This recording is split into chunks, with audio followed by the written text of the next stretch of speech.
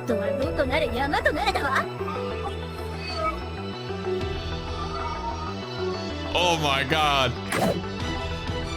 Dude, you missed! What is this 7 steps to hell epic music? アンガルタキガルス。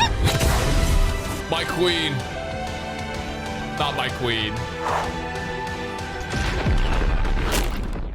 Woo! I know I'm super late to watching these, but I do still want to watch them before we pull today, so lock in.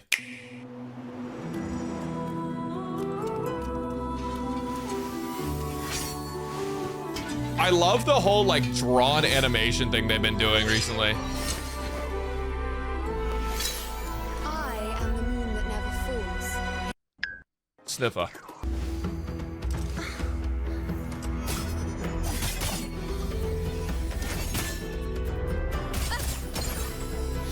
Dude, easily the prettiest animations. And the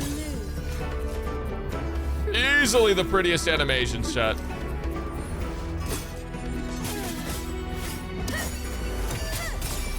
Holy, wait, I didn't even notice that. She teleports through the ring?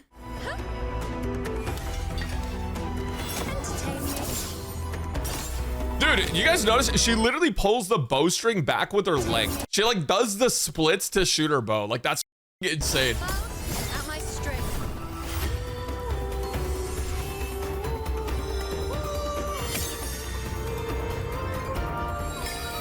The moon is full. And then she does it again.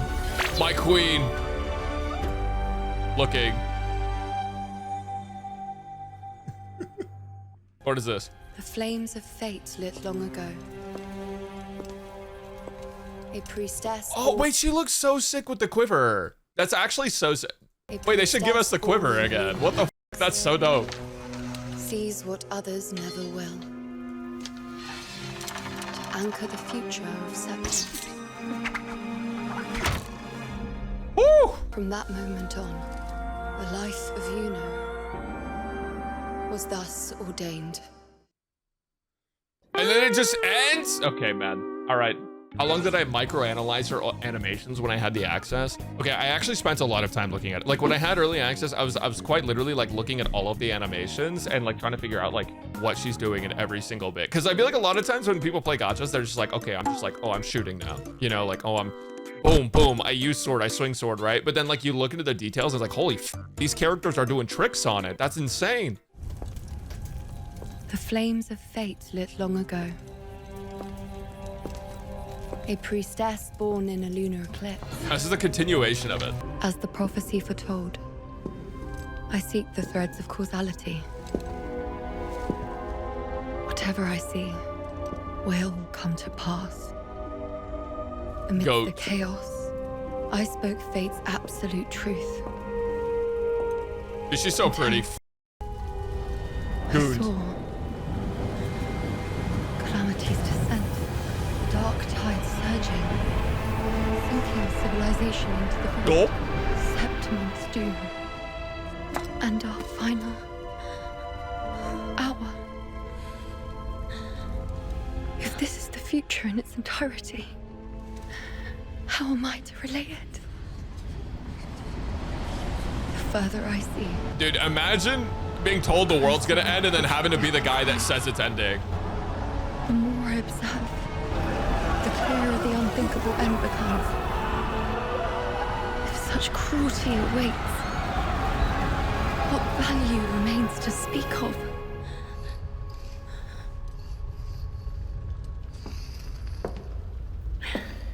What are you drawing? The great priestess saving Septimont, of course. But I've never seen such an ending. So what? Who says you can only draw what you've seen? Isn't it up to you how it should be? Here, give it a try. Chills, bro. The choir? Oh my god.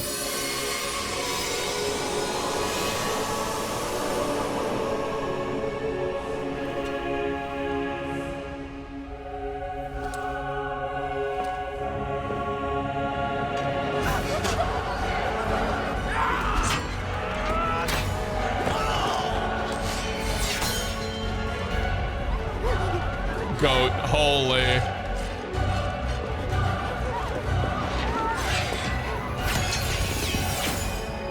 Damn! Wait, this is so much better than the other showcase.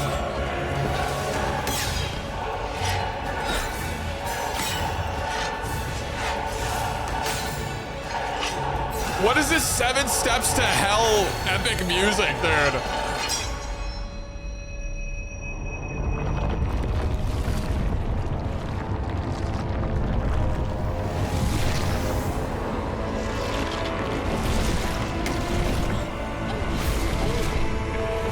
Oh no.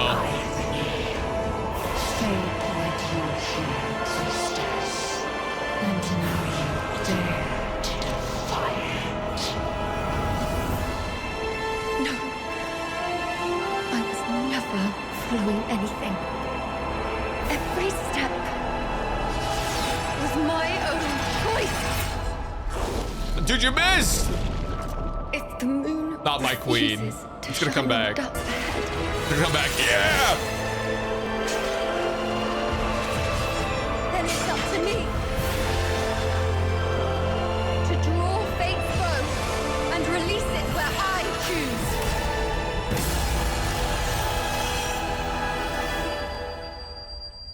The flames of fate lit long ago. The gifted priestess would anchor the future of settlement.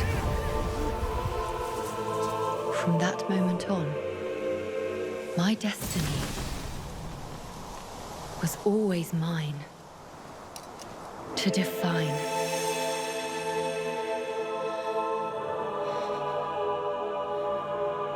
Holy.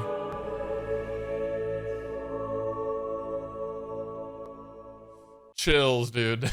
The cinematography here was like actually fucking crazy. Is that even technically correct to call it cinematography if it's like something that they completely 3D rendered as opposed to like recording with an actual camera? This was fucking awesome. This was genuinely so sick. I can't wait to play this story. But first we have to pull for S6 Iuno. Completely free to play, of course. Completely free to play, having not spent a single dime. And I will definitely not be breaking free to play today to make sure that I can guarantee getting Iuno because it's my birthday and they surely wouldn't make me have to spend money on my birthday to get the character S6. Nope.